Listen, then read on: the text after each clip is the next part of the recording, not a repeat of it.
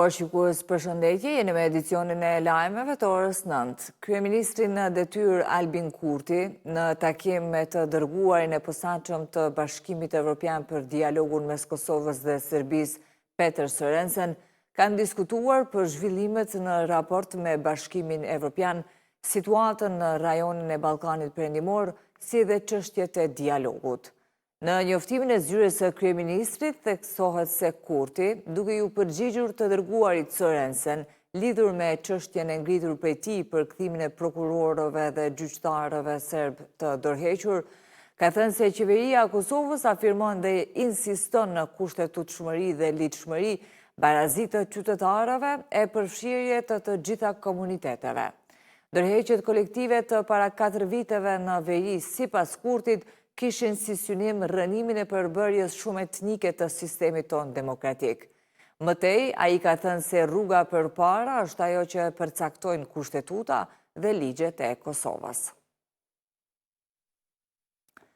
Këshilli Gjyqësor i Kosovës nuk arriti ta shqyrtojë kërkesën për tërheqjen e dorëheqjeve të gjyqtarëve dhe stafit të mbështetës nga komuniteti serb, pasi mbledhja u ndërprer për mungesë kuorumi, pas debateve të ashpra mes anëtarëve.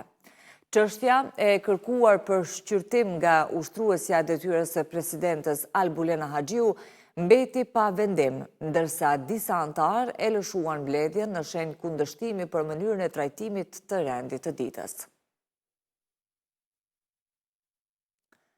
Para mbledhjes së Këshillit Gjyqësor të Kosovës, ushtruesja e detyrës së presidentes Albulena Haxhiu i bëri thirrje Këshillit që t'i aprovojë dorëheqjet e gjyqtarëve serb, duke ndjekur kështu praktike në Këshillit Prokurorial.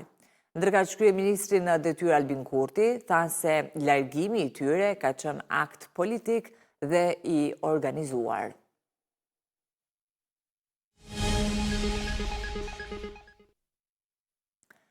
Me datën 6 gusht është thirrur seanca për konstituimin e Kuvendit të Kosovës, e cila më pastaj do t'i hapë rrugë formimit të qeverisë dhe zgjedhjes së presidentit.